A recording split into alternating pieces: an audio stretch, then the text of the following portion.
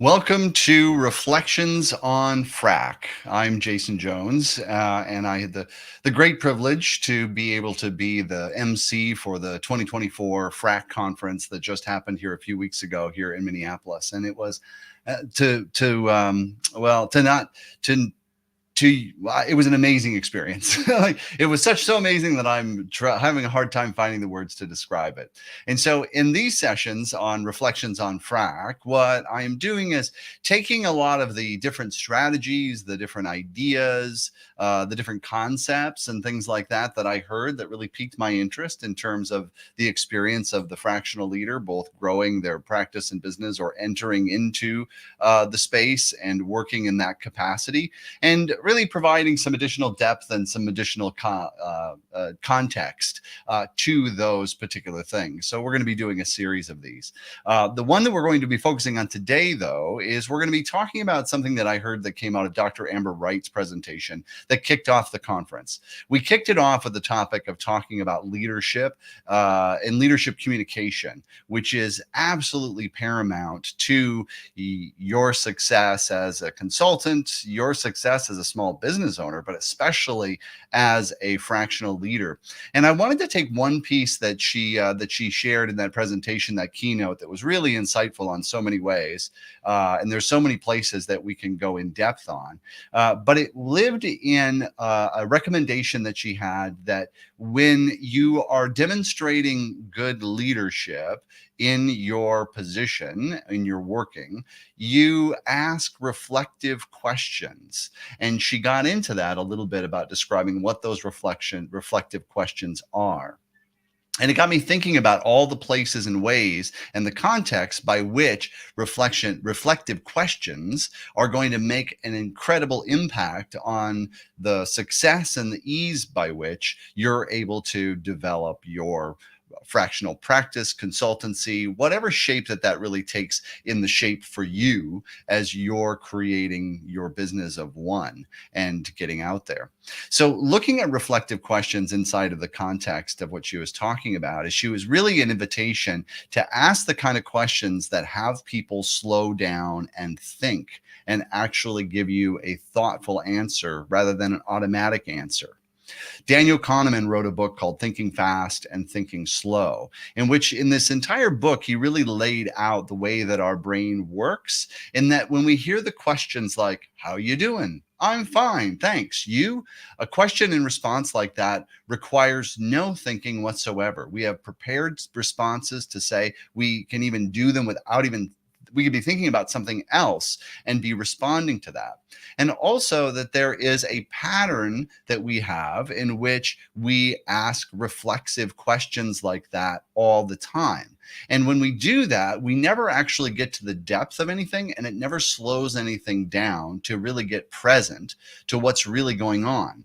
Now, we could talk about this in a couple of different contexts, in the context of leading in the engagement, which is what it sounded like she was focused on. And what I want to focus on is the business development part, the part where you are meeting with prospective leaders and exploring with them what your fractional leadership could bring that organization, what your expertise could bring that situation.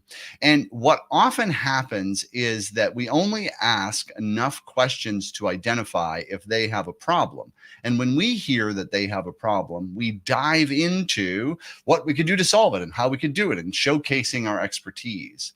And the problem with this is that what we don't know when we do that, as just a default way of communication, "I'm here to help and this is where I can help." When we do that, the person that we're talking to doesn't get the opportunity to really slow down and think, is this really the problem that I want to address? Is this the most important problem? We have no idea really where they are at. So this is where it's absolutely paramount that there be reflective questions ready to start opening up the world of the leader that you're talking to, in terms of exploring what they're dealing with and taking it to the point to where they are clear, not just you, but they are clear about what feels like the most important problem or challenge to solve right now, and the impact that solving that would have and what that could make available and that sort of thing. When you slow the conversation down, there's a time in the sales process to speed things up, and this is not one of them. When you slow the conversation down, you move it into a space where then you start co-creating a reality. You start understanding together what is going on, and it becomes a shared experience. A shared experience akin to like how there are, there could be two musicians that are playing a song together. And while they're playing that song together and they're jamming together, like research studies have shown that their brainwave patterns start to mimic each other and start to match each other. And they start to have this kind of shared mind about them. Well, the same thing happens when you ask enough questions and go deep enough and ask the person that you're talking to in exploring their challenges or their victories to think enough and look enough to be able to see what's there. So you start then co-creating that reality and getting clear on that together with your support and your leadership. The real value, the demonstrating of your real value, isn't necessarily your ability to explain everything you know about a problem or all the ways that you might address it. There's an appropriate time for that to come. But in the beginning, what really demonstrates your value is when your questions allow them to see something they couldn't see before.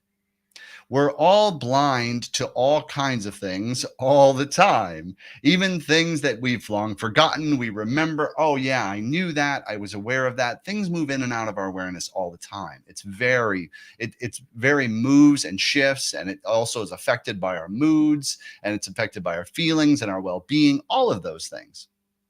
So it's incredibly important to prepare some very clear questions that are going to open up the challenges that you're best at solving and presencing those for that leader. And so that's where your opportunity is to find out if your intervention, bringing you in at this time, is going to be the most valuable thing that they can do in advancing the company. And also what capacity that by solving the challenges you're going to solve, what capacity gets opened up to solve further problems so that they can achieve the basic fundamentals of business, which is either increasing revenue and profits, decreasing cost, risk and compliance, so that they're doing things within the law, and then finally having operational efficiency and harmony within the workplace. And I would say efficiency and harmony together. And both of those are priorities and connected to one of those things. So my invitation to you is, as you're approaching different leaders and entering into dialogue with them, spend some time to think about what open-ended reflective questions you could ask them about. A CFO may ask about, like, what do they see in their forecasting, or how is their forecasting working for them, and what is that revealed for them, to get them thinking about whether that works or doesn't, or what the state of that is for them. It may be something that they've never really even had before and don't really have an awareness of the huge impact that that could have. If you're a marketing CMO, asking about, like, well, what are you currently doing in marketing? What's happening there? How do you know it's working or not working? And bringing those questions in that have them slow down and think about what's really going on, so that they're able to see more than they were able to see before you came in. And so at that point, inviting them to the next deeper conversation will be a lot easier, because value and credibility will be present in the room. I'm Jason Jones from the Coaching Hour, Communication Coach, and that is our reflections on FRAK for this episode.